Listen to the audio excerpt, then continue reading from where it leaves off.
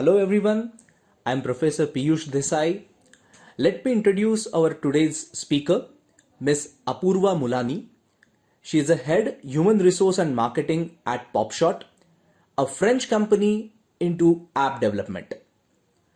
She has worked with media and translation services prior to this. She is a MBA HR, gold medalist in industrial relations, and she is university ranker too. She runs her own HR consulting and training venture. She specializes in youth development program. Now I request Ms. Apurva to start over the session. Thank you. Hi friends, welcome to this session on entrepreneurship. My name is Apurva Mulani and I am the head human resources at Popshot, which is a French company headquartered in France. We have a center here in Mumbai and we are predominantly into app development. Prior to this, I've worked with transnational conglomerates and also with the media. I head human resources for now as a function and also drive marketing initiatives at Popshot. Today's session that I have designed is going to be something that will take you through the journey of an entrepreneur. But I have assumed that most of the fraternity attending this session is going to be student fraternity, and therefore I have built the session in such a way that I'll be able to take you through a case study such that you understand it, and also I'll take you through certain terminologies that will give you insights on how an entrepreneur really thinks. So really, before starting with the case study, I would like you to understand a few concepts which are related to business, because business is core to an entrepreneur. What we really look at an entrepreneur is the success figure, be it Bill Gates, Steve Jobs, Ratan Tata, Ambani's. What we really look at them is someone who's been very successful. But the amount of hard work, the amount of realities that they face, right from ideation to conception of the product to the selling of the product and becoming a leader in their own space, the realities and the nuances are pretty vast and intricate. This is something that I will take you through today. So let's start understanding basic things of how an entrepreneur looks at a business and what are the key ingredients of that he handles.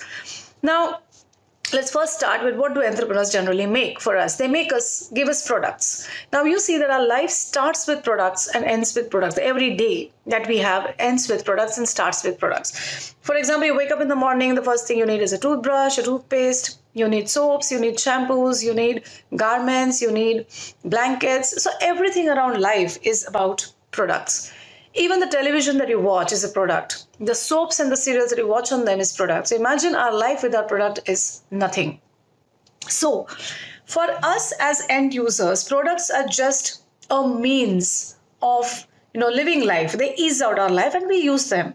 But for an entrepreneur who makes these products for us, the reality is way bigger.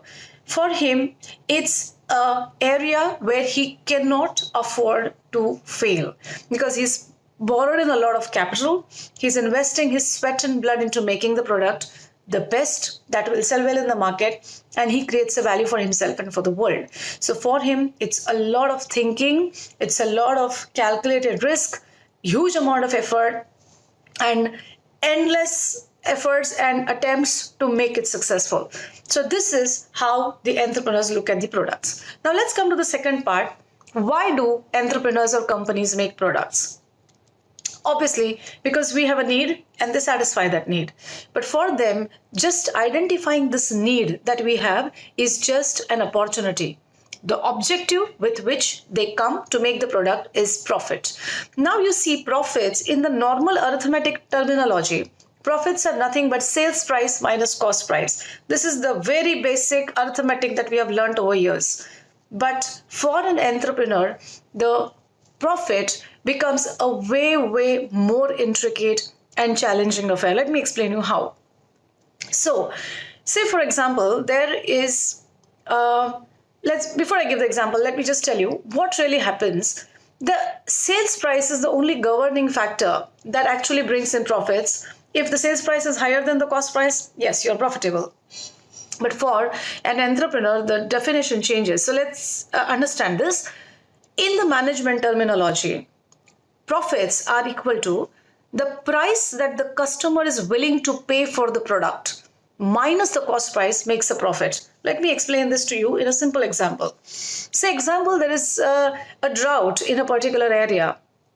And drought is obviously where there is no water for years and the land is getting barren and dry.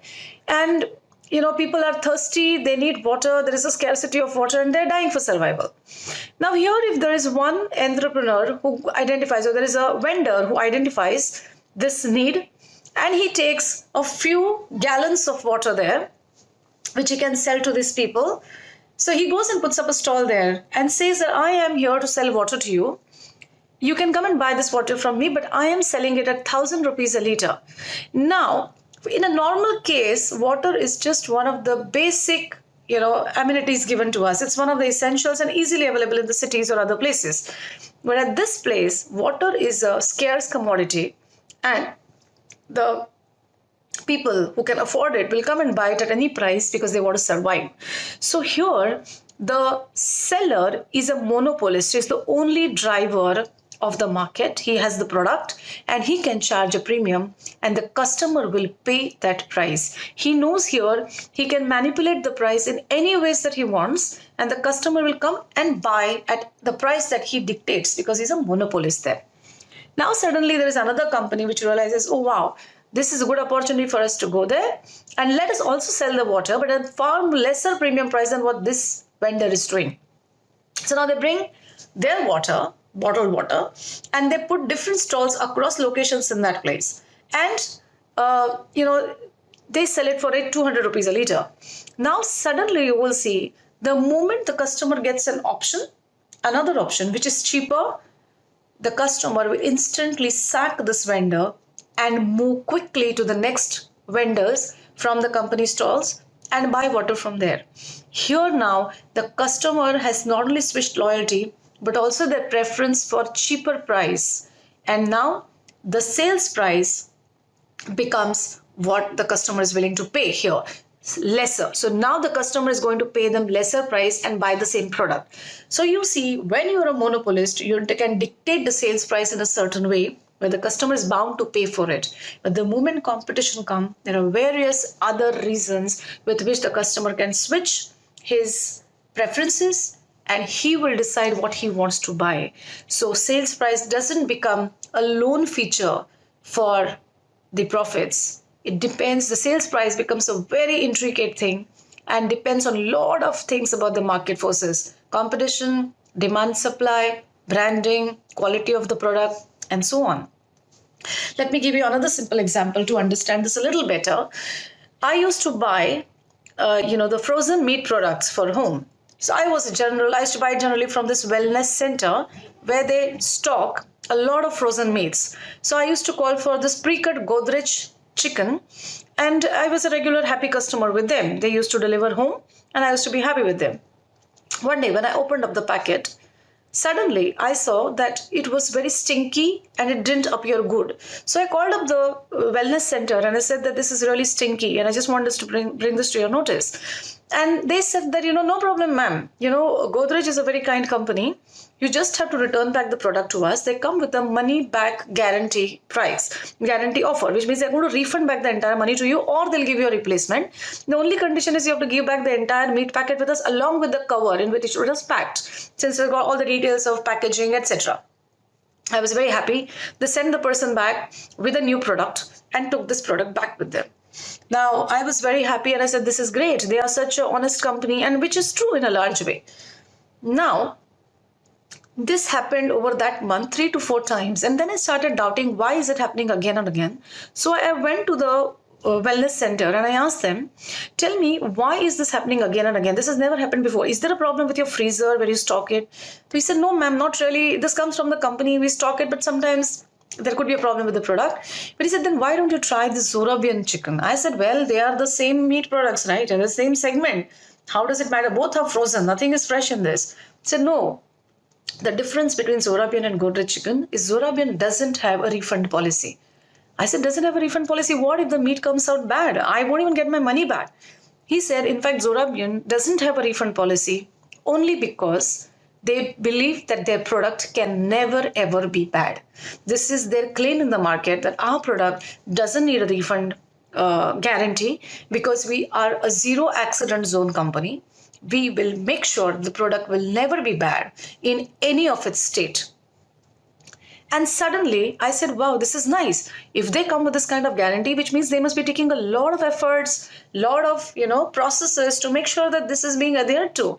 And I instantly shifted my focus from Godrej to Zorabian. I became a loyal customer of Zorabian. Now, Zorabian can even charge me 30 or 50 rupees extra, and I will still prefer to buy Zorabian because it comes with quality assurance. So imagine here two products in the same price segment of frozen foods, but the quality assurance of Zorabian will make customers like me go to them even if they sell it at a premium price.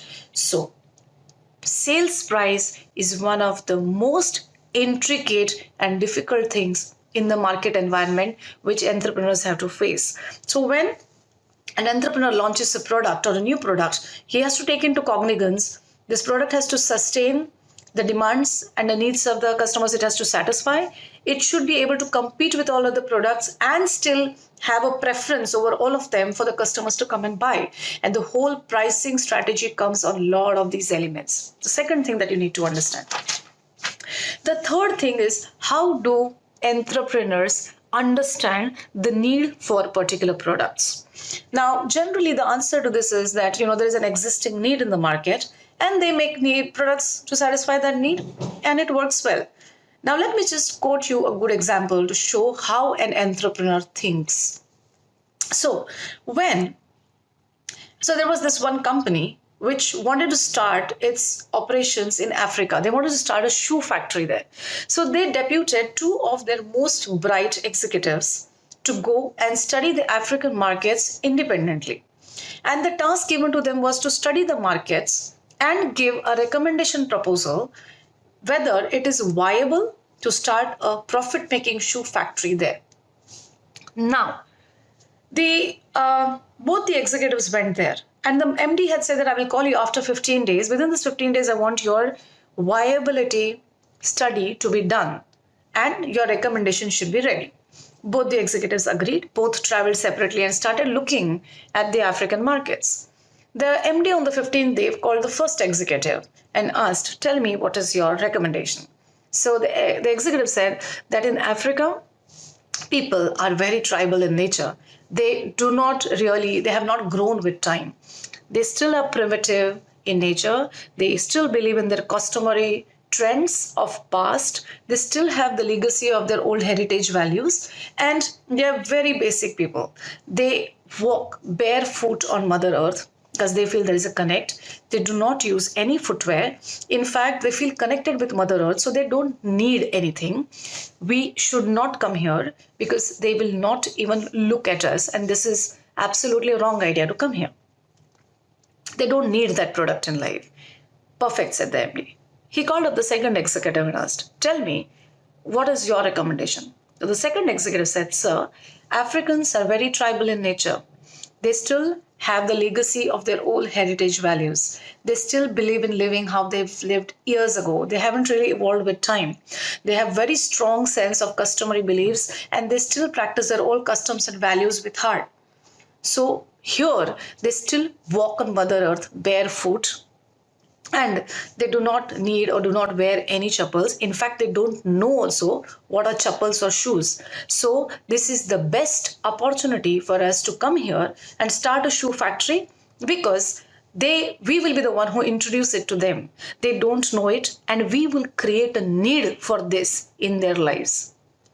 Now, both the executives had studied the same set of observations, but one came from a risk-averse perspective, saying that they don't need it in their life and we should not come here.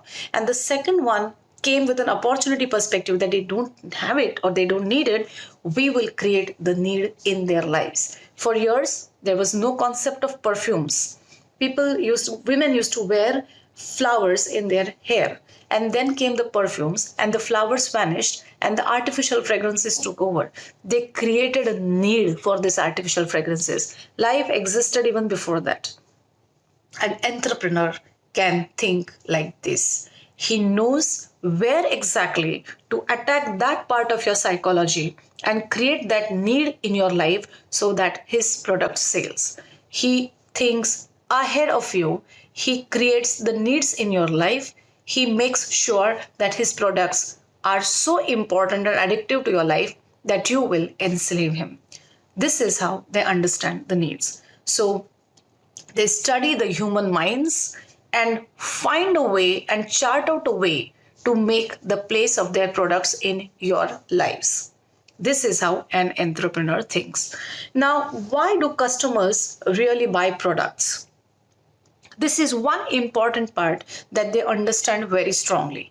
Why customers would buy products? Customers buy products for basically two reasons. First, it either adds value to their life or it solves a problem of their life.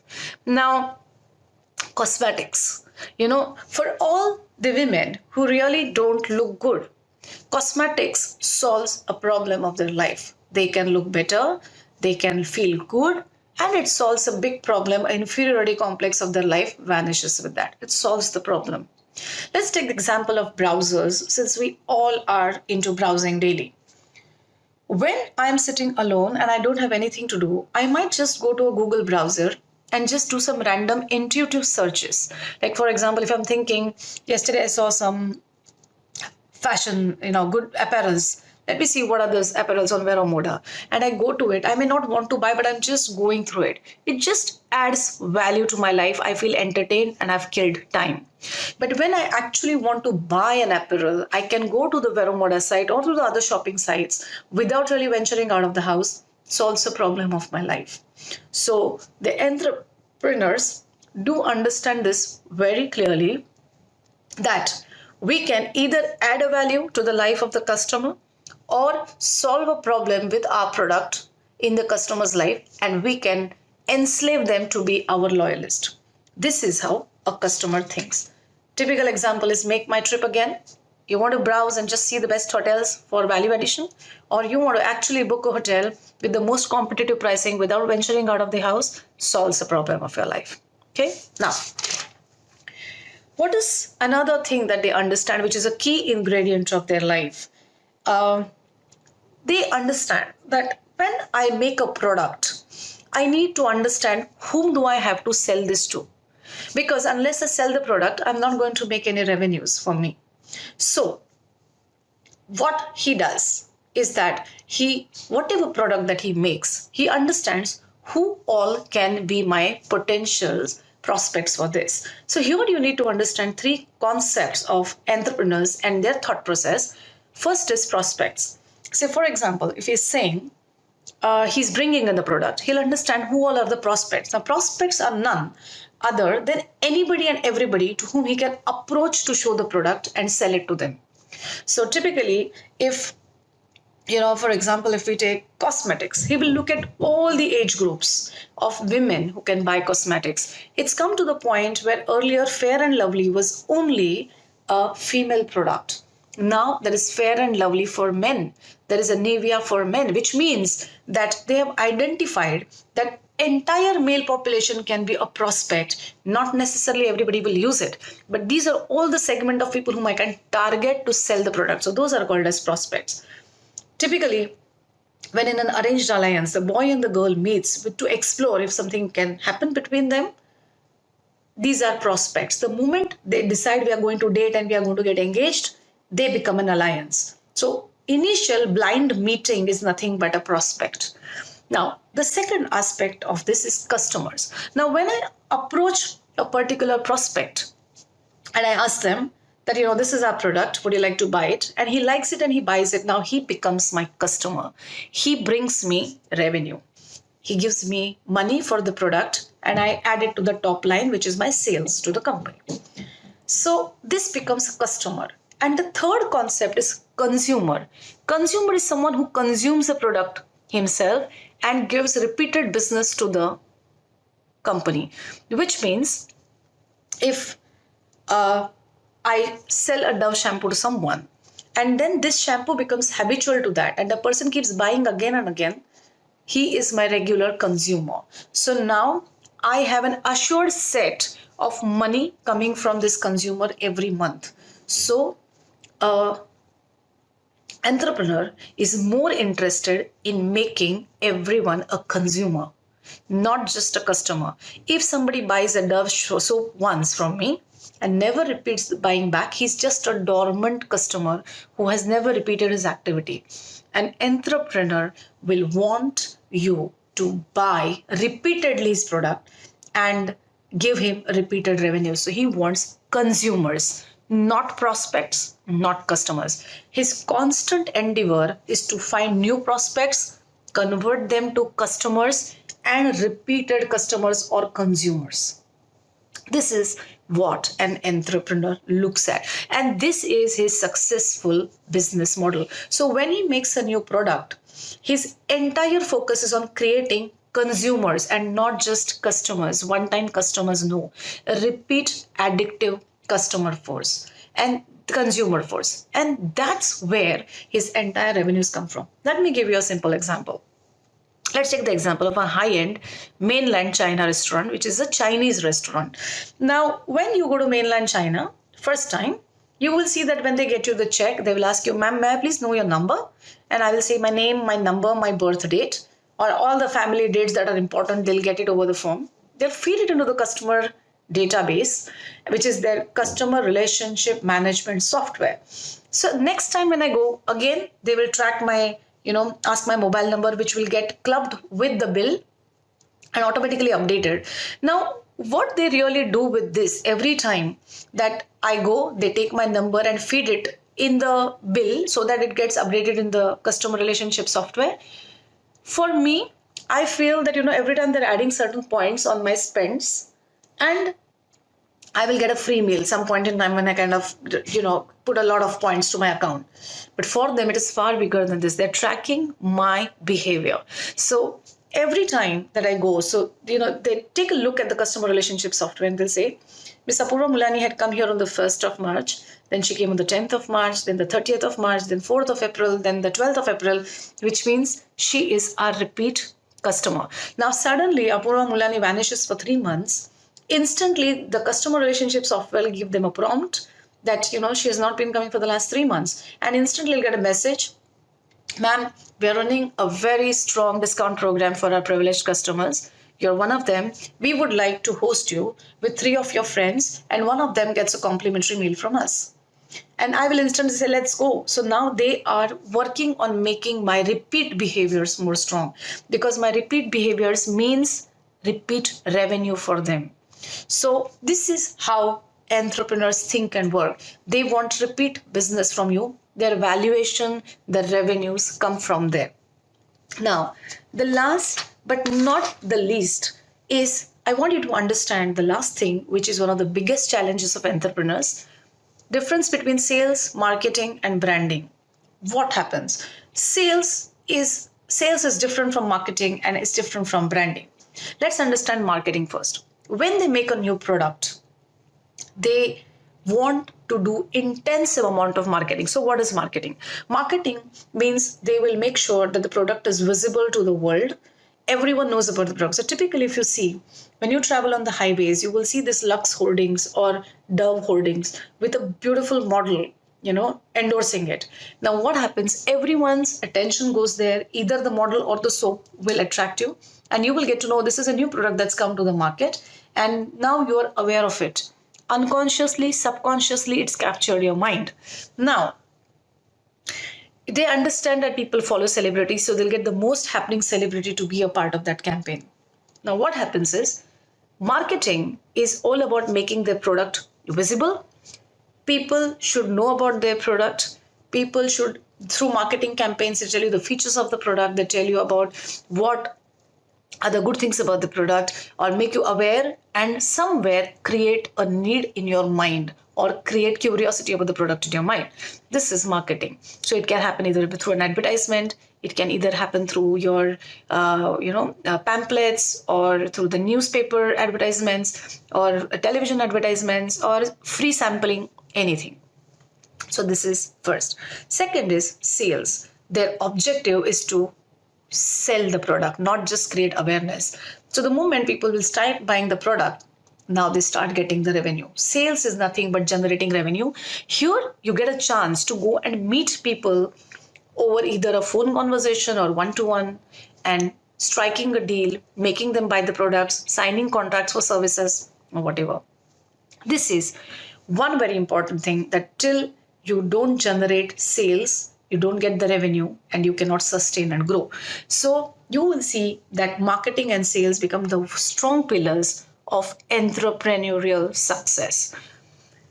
If their marketing is very good, which means they make the product very visible, sales becomes less effortful.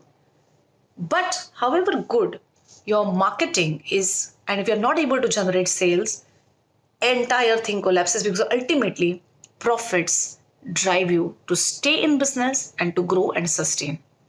So sales and marketing are very complementary to each other, and they work in close sync with each other. They're very complementary in each other.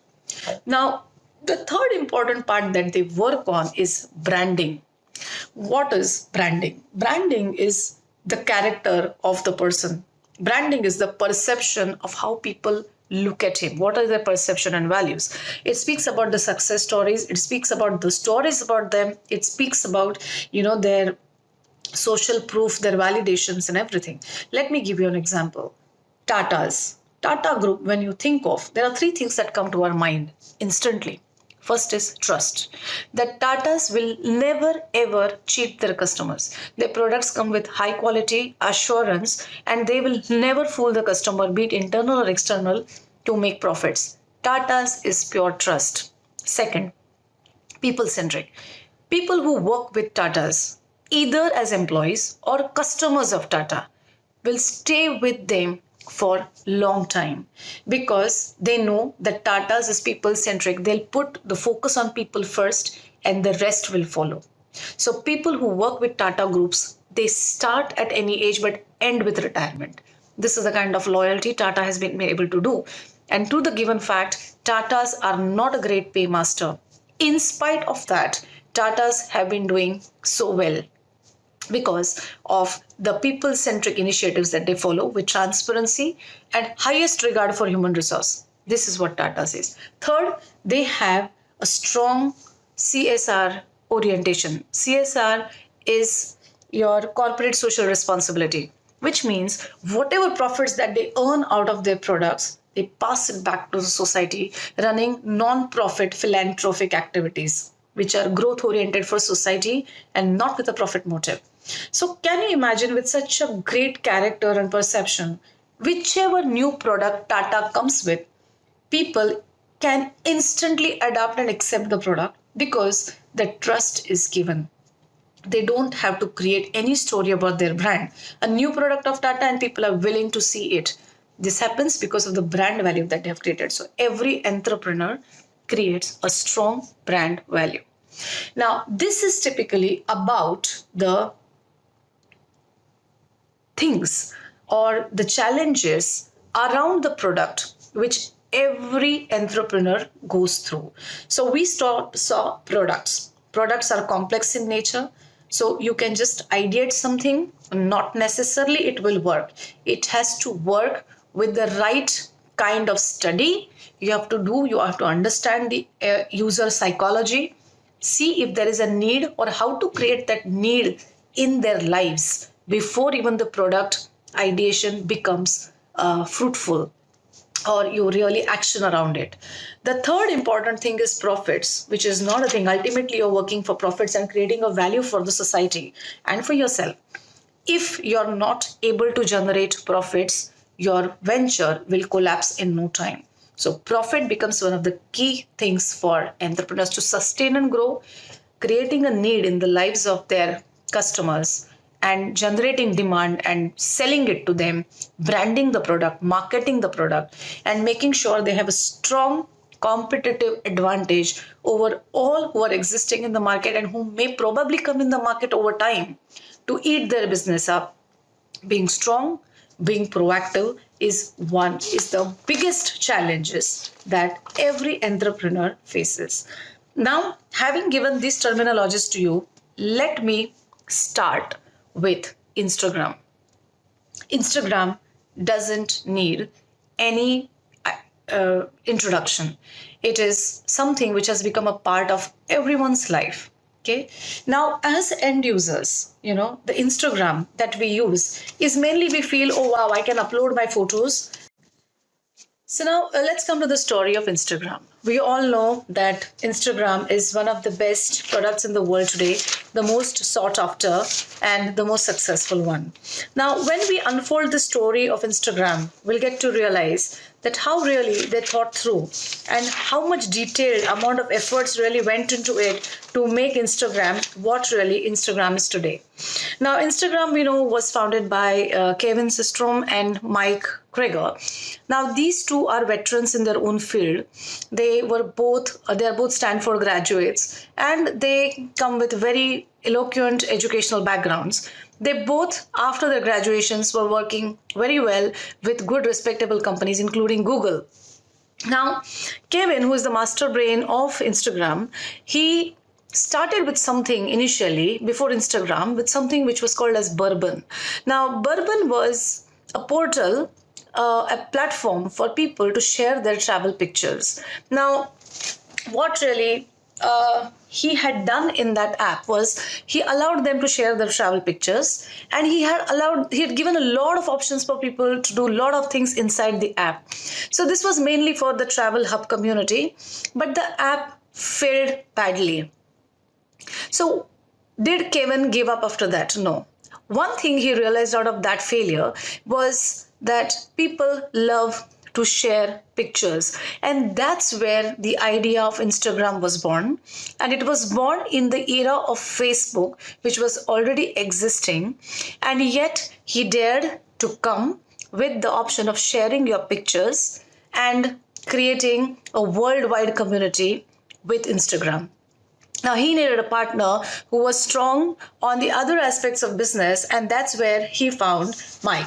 And they came in together and they started working on Instagram.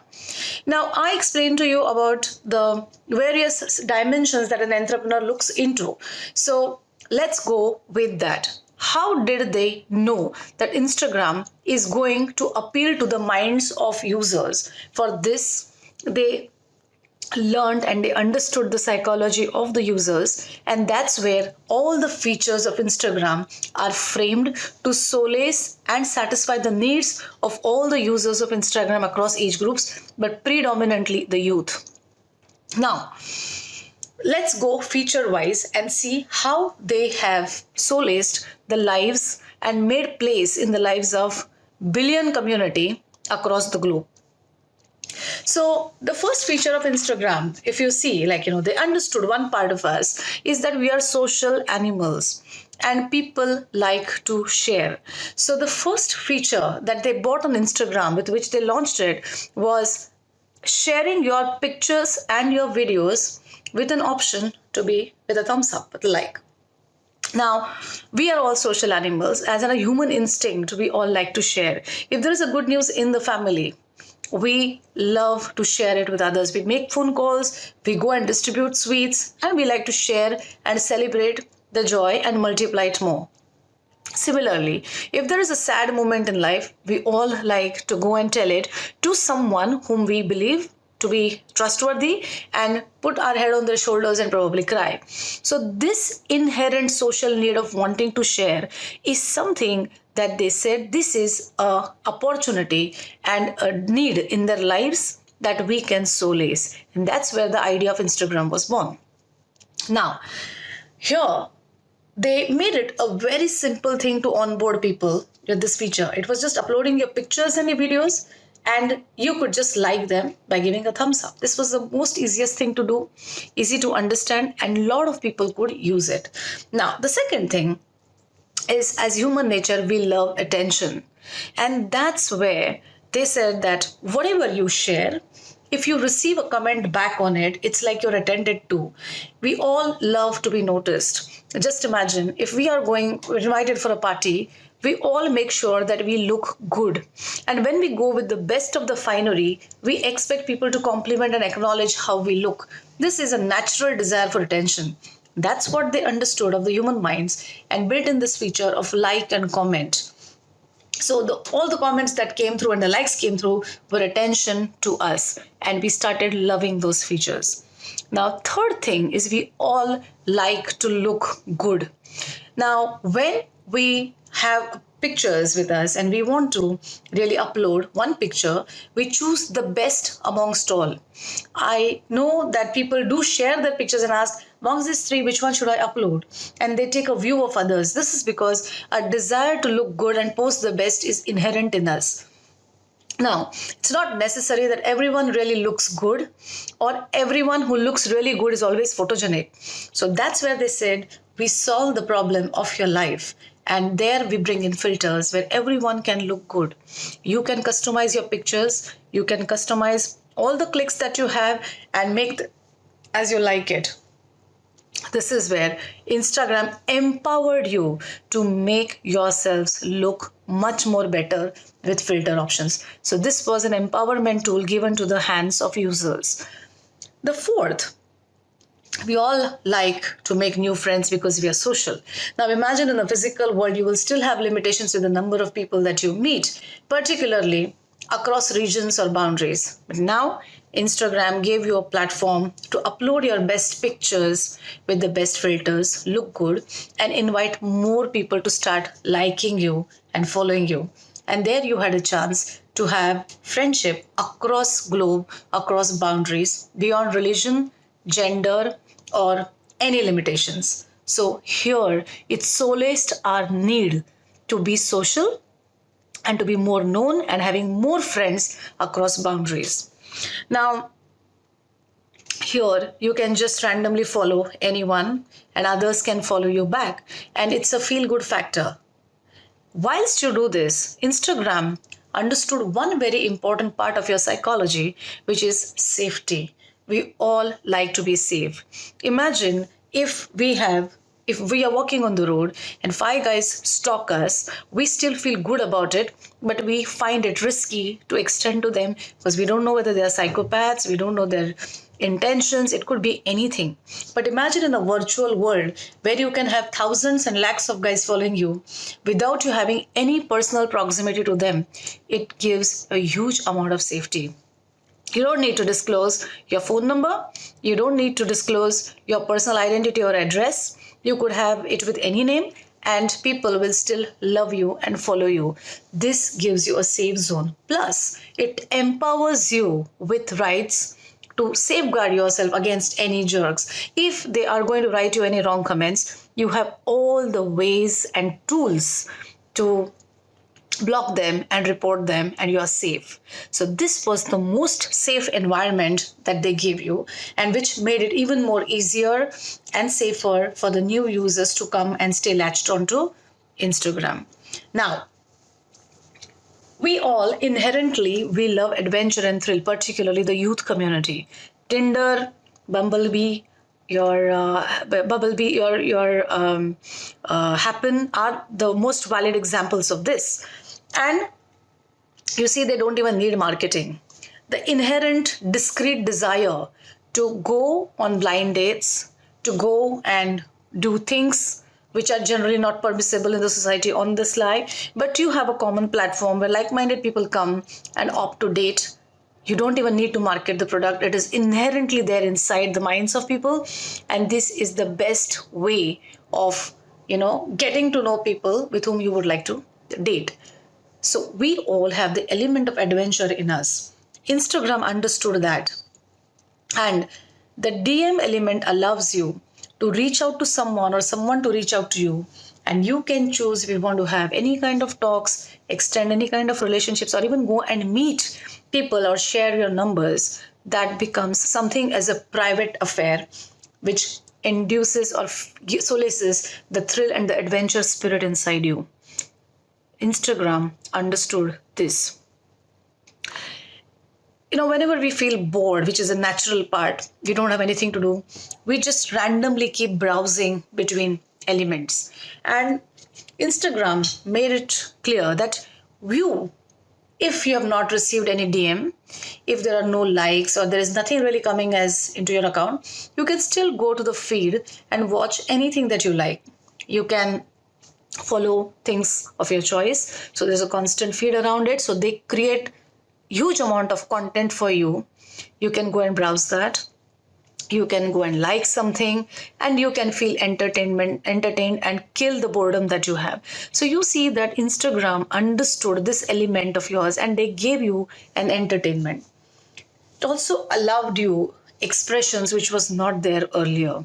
Just imagine, we all wake up and we have our lives which are very dynamic. Particularly the youth has very dynamic life. They go through relationship swings, they go through ups and downs, they go through failures, they go through depressions also.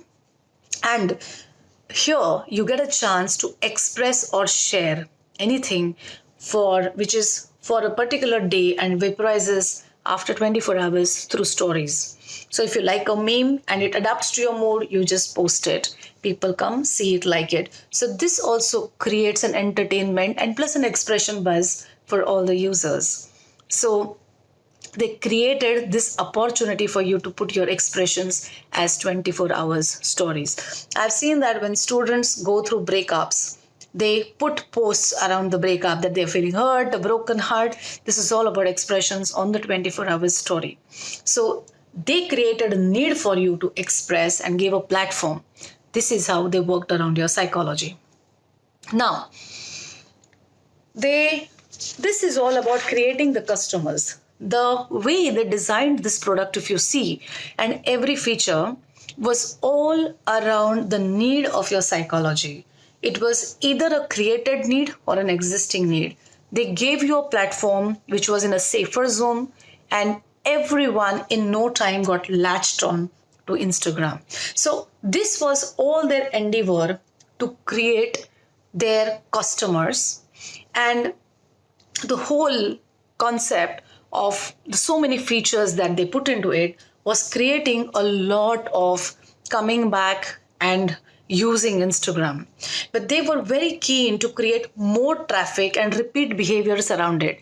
So how did they do that? So the initial part was all about creating customers by giving you value-added tools, by giving you empowerment tools, by giving you features within the product that matched your psychological requirement.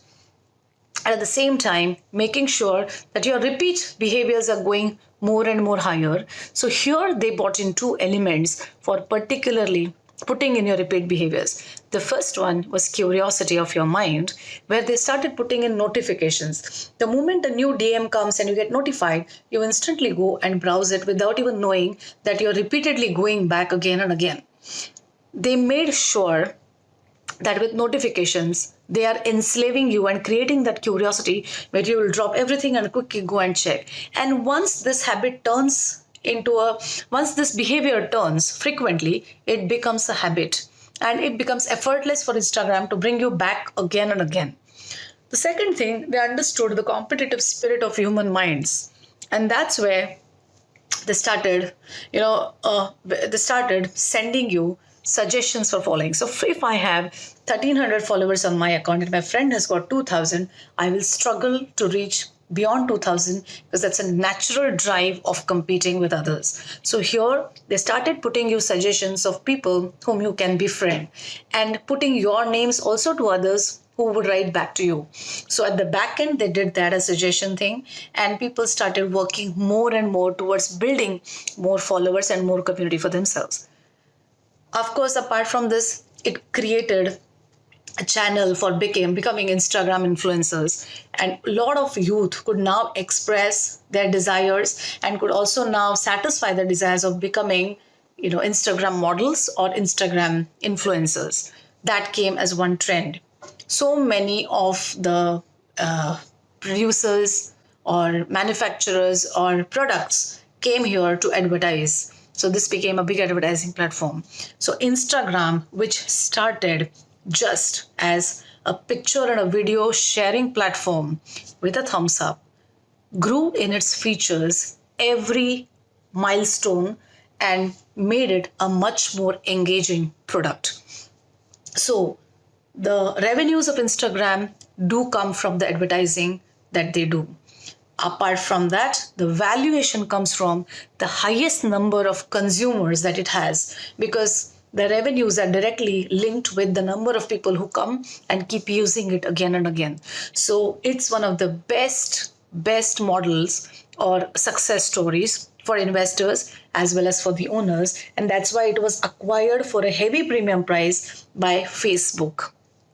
Now, this is about the Instagram story on the product side. So one can just imagine, right from conceiving a basic idea to bringing it to this level of feature development, alignment with the user community to the extent that it doesn't even need any marketing for itself. People it's themselves use it and market it to others, recommend it to others, and the community has grown into a big ecosystem of users, of Instagram influencers, of producers and marketers, and a global community by itself. This is how they framed it. One can imagine the articulation of thought that must have gone inside it. This is one side of it. Second must have been the funding challenges that they must have faced, and the whole time and the time element that must have gone into it, which must have asked them or prompted them to have repeated fundings for the survival. Of course, the launch and everything went well. The third angle that they had to really face challenges was this was a technology driven product. Therefore, the technical compatibility had to be very strong. And this was done in a very, very strong, focused way. They first started doing the product on iPhones, because iPhone had just launched a new iPhone with a very good camera, and photography was one of the key things in Instagram. So they because it was all about uploading pictures, so they launched it first on iOS, and then they actually migrated onto the other platforms. Now, Android itself is a very complex platform. It's got around 18,000 phones with 18,000 different kinds of, sub-technologies, because Android is a free version and every phone company has tweaked it to their advantage. So which means one feature and the same feature for different Android phones is different codes. So it's a huge technological challenge which they must have faced and they must have handled. And on the day, which was I think in October 2010, when they launched it for the first time, they got around 30,000 users signing in, and the servers crashed because they could not handle the increasing traffic on that, and they had to roll up their sleeves and make sure that it was up and running and could not fail under any circumstance, because the product was just growing on the onboarding side, and they managed it well. And since then, it must have been a journey against all odds, making sure that the product is a preferred product with all the customers, making sure that the product goes through the right race and the new features are exuberant enough to keep the customers engaged and loyal to them, and building the whole business model which is sustainable and growing was the biggest challenge, and they did it well. This is the story of Instagram, and that's why they have been the most successful ones. Now, the second story which I'm going to quickly take you through is the story of Starbucks. Starbucks, as we say, when we say Starbucks, the first thing that comes to our mind is coffee. And when you say the best coffee, the first thought that comes to mind is Starbucks. So let me take you through the story of Starbucks, the journey of the entrepreneur and his vision and his dream. So when Starbucks was started, when it was conceived as an idea, Mr. Baldwin, who was wanting to start Starbucks, he came with an idea that he wants to start a chain of coffee shops in the US and run it with the best coffee ever given to the customers, and that too at 5 to 7 times the cost of normal coffee in the US. Now, this was his normal, simple dream. Selling the best coffee at 5 to 7 times the price of normal coffee in US across a chain of coffee shops. He went to n number of investors and asked them, I want to do this. Would you like to invest in this? Now, the investors, who are very common sensible, as well as they understand the nuances of profits, they understand returns. So they asked him, well, we are very keen to know, what is this special coffee that you intend to sell? Where are you going to source it from? And we are very interested to know this. He said, well, my coffee would be good, but it's not just about coffee. I know that I will have a successful business model. And they said that, let's look at this logically. If ever you were to have good coffee, what would be the best options for people? The first option would be you get a good coffee jar at home and make a coffee for yourself. It'll cost you maybe 10 to 15 cents per coffee. Or you can go to any good coffee shop, a normal coffee shop, and maybe you can get a coffee for $1 or $2. That's it. Why would anyone pay for the same coffee $8 to $9 or $5 or $7? Why would it be? He said, well, I have plans and it'll happen. Now, they said that we do not agree with this. And, he had to go through a lot of frustration convincing investors and telling them about his success potential. And no one agreed till he found another person just as adventurous as him who believed in him. And they started a chain of coffee shops in the US. And those coffee shops became the most preferred and the most successful coffee shops, Starbucks. So when he was interviewed later, and this is the beautiful part of the story, which takes you into the mindset of the entrepreneur, he was asked, tell us the successful story of coffee shop. We understand that you went through a lot of problems raising funds, but how did you do this? He said it was a mix of a lot of things. We really took care of our employees. We make sure that, we give them good plans for survival. We take really good care of them and we partner with all our employees. But he said this was the second part after we really started the coffee shop. But the first part was something which we saw very differently. Said that we studied the minds of the American people. We understood that in America, people are very lonely. Most of the time that they spend is actually either at home or at workplace. They generally split from their families at a very early age and they're independent. They go through a lot of broken relationships, loneliness. And in America, one of the very normal patterns is a lot of pharma dependency. So, eating tablets is just one part of life. Antidepressants are very normal. They take tablets to digest food, maybe to have before having food. They take extra vitamins. So pharma dependency is very high, which means largely if a person is spending $10 a day on consuming food, which would include his normal meals, his burgers, he would be spending around $12 average a day for consuming pharma drugs, which means the consumption of pharma drugs is technically, in terms of value, it's bigger than that of food, and which is a sign that they are loners, they have health issues, they have mental issues and stuff like that. Now, how do these people really spend their day?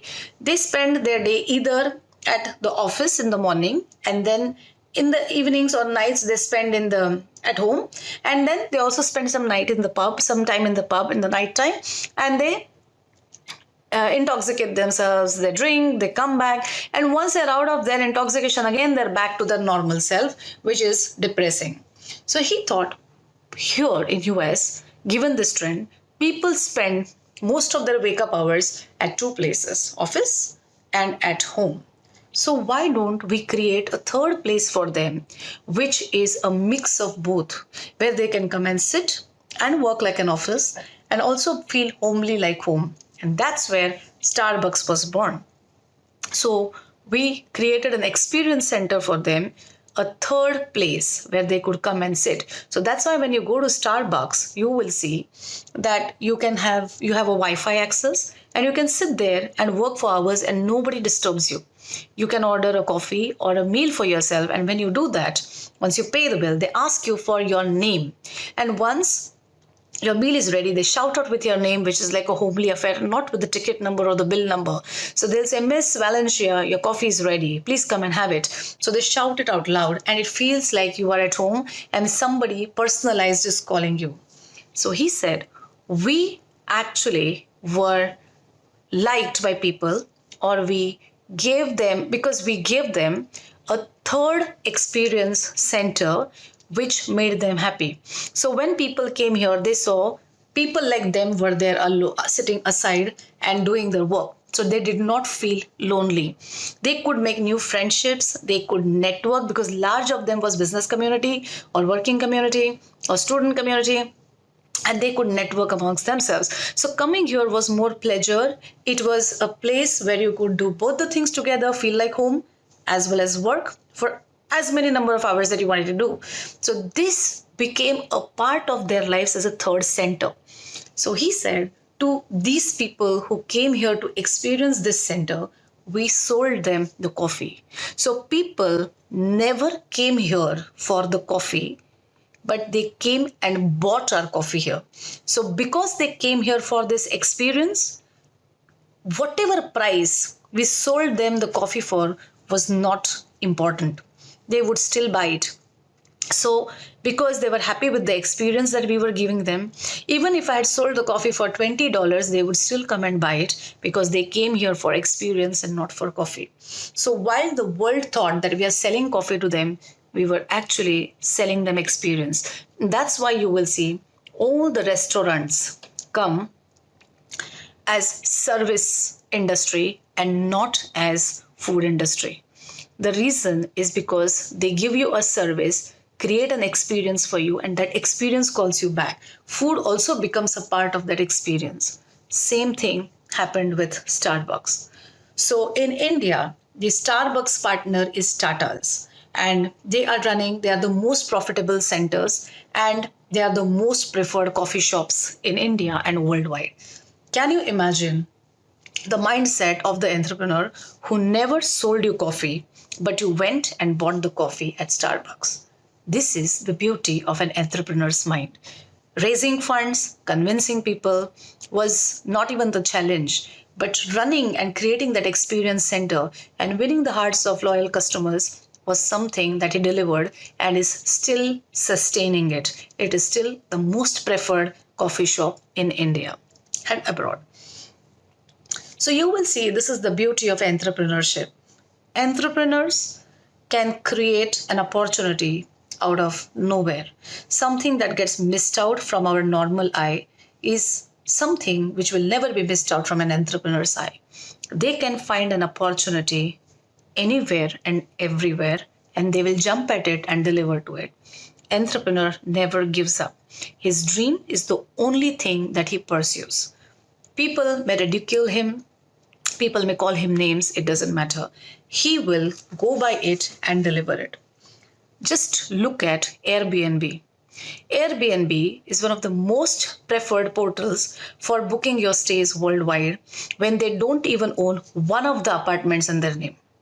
Look at Uber, a global chain, a global company, which is the biggest blessing to all the commuters, and they don't have a single cab in their name.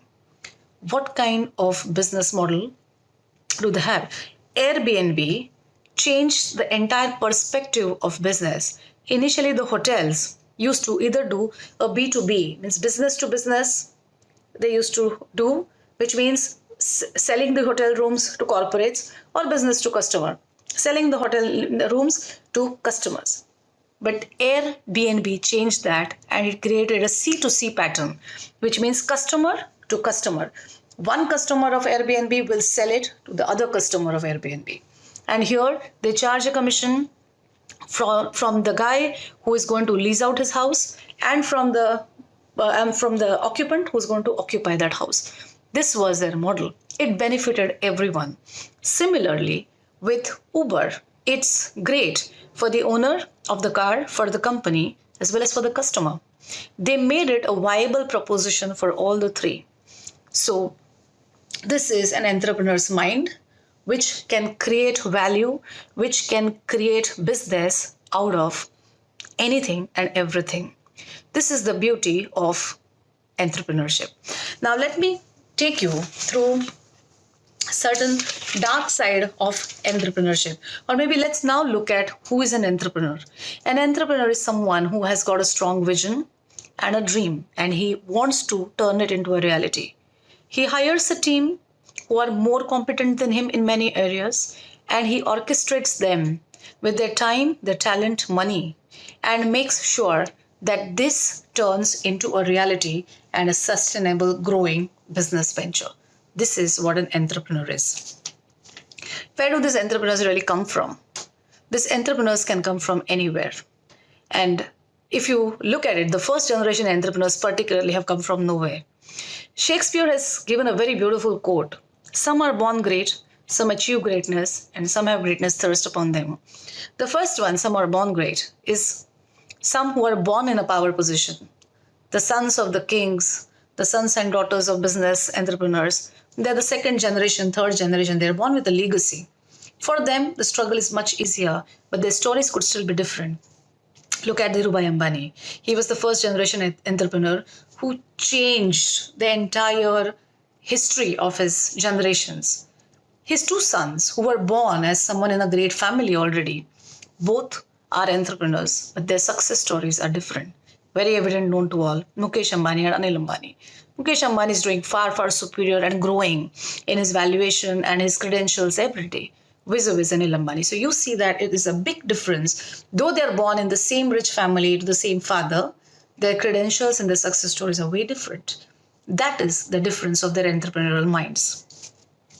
Some achieve greatness. Now, these are the people who are generally the first generation entrepreneurs who could be born anywhere, in slums, in misery, as a commoner anywhere, but they make a difference. Dhirubhai Ambani itself was the best example for this. The first generation entrepreneur who changed the legacy of their history. And some have greatness thrust upon them. Some who are put into a situation and they do it. And they just come from nowhere. They didn't want to get into it and they just get into it and they make a great difference to life. But one common thing with all of them is that they're extremely passionate and they're extremely daredevils in their approach. No giving up, being extremely merciless with self, and constantly struggling and endeavoring to make their dreams come to reality. This is the truth of an entrepreneur. Just to put it in a perspective, I remember my most favorite Jack Ma. When Jack Ma was interviewed, and he said that for all the places that I went to for investments, I was just thrown back, saying that there is no value or there is no future of your business proposal. And I was just discarded by everyone. And today, I am the strongest and the biggest network with the highest number of customers worldwide. This is Jack Ma. So when he was actually asked to be written about in a book for him, and the journalist said that I would like to write and knowing more about you, and he agreed with it. And when she wrote the first draft of the book, and he saw, and he was shocked, and he said, "What have you written? What have you mentioned in this? You have said about all the wealth that I have, my net worth, my credentials, and all the milestones that I achieved, and how my journey, my company really grew over time. This is all just a cherry on the cake that you have written. This is not the real Jack Ma. The real Jack Ma is the one who suffered rejections, who was not believed, who was not trusted, and how that journey of failures and disappointments I sailed through with all my trust, faith, and my no give up spirit is the real Jack Ma. And this is not what I am, what you have written in the book. I want this to be completely changed." And the new book was rewritten, which was more about the struggles and the pains that he went through and made the choice to survive. And that's what is the final cherry on the cake, the success of Jack Ma. So one can imagine the amount of hard work they do. When we see Steve Jobs, we see Bill Gates, or we see Ratan Tata, or we see Ambani's, we always feel about the position and the glory that they have now. But that is just the face of it. The reality is the trouble, the failures, and the disappointments and the struggles that they have been through. That is their real journey. So, to rather put it this way, entrepreneurs have a very dark side to them. It's a lonely journey.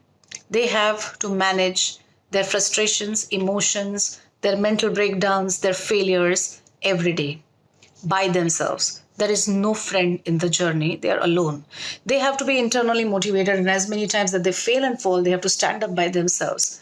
There is no external motivation. There is never a confirmed team. Everything keeps breaking and losing every day, but they have to stand for themselves and deliver. They are the most strongest inside. And one of the best traits that has been described for an entrepreneur, which I agree, is they have the highest endurance to bear pain for the longest amount of time. Because every day is a journey of failure, and they still go with it to make their dream come true. And it's a journey with no assurance that it will succeed, but they never give up. Book My Show, which is one of the most successful portals today, took 9 years to come to the market, which means for 9 years they struggled to come to the level of validation, foolproof product, and become a success in the market. Imagine the journey that they must have had. The first 3 years, 4 years, 5 years, 6 years, 7 years, 8 years, they were only failing and there was only rejection. And then came the ninth year when they thought they are ready, the learnings are complete, and now we can go successful. This is the truth about entrepreneurship. So, entrepreneurs are the biggest inspiration to the world, and the only thing that we can infer out of entrepreneurs or entrepreneurship, that entrepreneurship is a state of mind. It's the spirit. It's not a position, it's a journey of failures, and it's a journey of consciously getting into the well and not drowning and still gearing up to come out of it successfully. This is what is entrepreneurship. To sum it up, all our moms cook well, and you eat the food a mom cooks. You can feel the flavors in it. You can feel, wow, it's full of love because she cooks from her heart. And yet, the best chefs in the world are males because they cook with passion. That's the reason. The same is with entrepreneurs. They live, they struggle, and they die with passion. Once an entrepreneur, always an entrepreneur. I hope you enjoyed this session. Have a good day. A very good morning to you all. I, Professor Prasad Prabhakar Kulkarni, welcome you all again on behalf of Training and Placement Cell of Sandeep Institute of Engineering and Management. I take this opportunity to express my sincere thanks and gratitude to our Honorable Management for their kind approval and support for the program. It's our good fortune that we have resource person like Miss Apurva Mulani for today's program. I am very much grateful to her and her organization for their kind support and cooperation for the program. I am very much thankful to all the participants for their kind support and encouragement for the program. Without these participants, this program cannot be happen. I am very much grateful to our beloved principal, Dr. D.P. Patil sir, for their continuous support, encouragement, and motivation for the program. I am thankful to all the deans, HODs, faculties, and staff members for their kind cooperation and support for the program. I am very much thankful to Training and Placement Cell of Sandeep Foundation, Professor Indrajit Sonone, Professor Nagma Madam, and Professor Vivek Patil sir for their support and encouragement for the program. Lastly, I am very much thankful to our team member of Placement Cell, Ankit sir, Satish sir, Amit sir, Chetan sir, Joydeep sir, and Piyush sir for their endless effort for the program. I am also thankful to our GS Sanket Tahir and alumni like Shubham Upadhyay, Vishal Bhale, Abhishek Sagar, Pankaj Jangra, Aditya Nikam. All these alumni help us a lot. Thank you, thank you. Lastly, I appeal to you all, stay home, stay safe. Thank you. Welcome you in webinars on Dream to Reality. Now in this webinar you already listen our speaker. Now time to discuss the feedback and certificate generation process. Now within next 1 hour you will get a mail from our side that contain a subject something like this regarding feedback and certificate generation of webinar on Dream to Reality. What you have to do is you have to open that mail, and after open that mail you have to go to this feedback link. Here is a feedback link. When you open this feedback link, it comes something like this. Okay, you have to submit all mandatory things like mobile number, institute, just I am typing SIEM, and after that you have to give the rating, Okay. Now you have to submit. After submitting, you will get a certificate. First 100 participant, note it that first 100 participant will get the certificate directly to their mail. Okay. And the rest, what about the rest one? Now for rest, they have to go for this certificate sheet link. Now once you click this link, you will come to know that here it is my response is noted over here. Now after that you have to just go to this link. This is the link of your certificate. So once you open this link, see, once you open this link, you will find your certificate. The structure of certificate is something like this. The structure of certificate is something like this. You have to download it from here, and that's all. If still you have any type of, okay, start download. And if still you have any type of doubt, please contact us. You have our mail ID and phone numbers. I hope all of you understand the process. Thank you.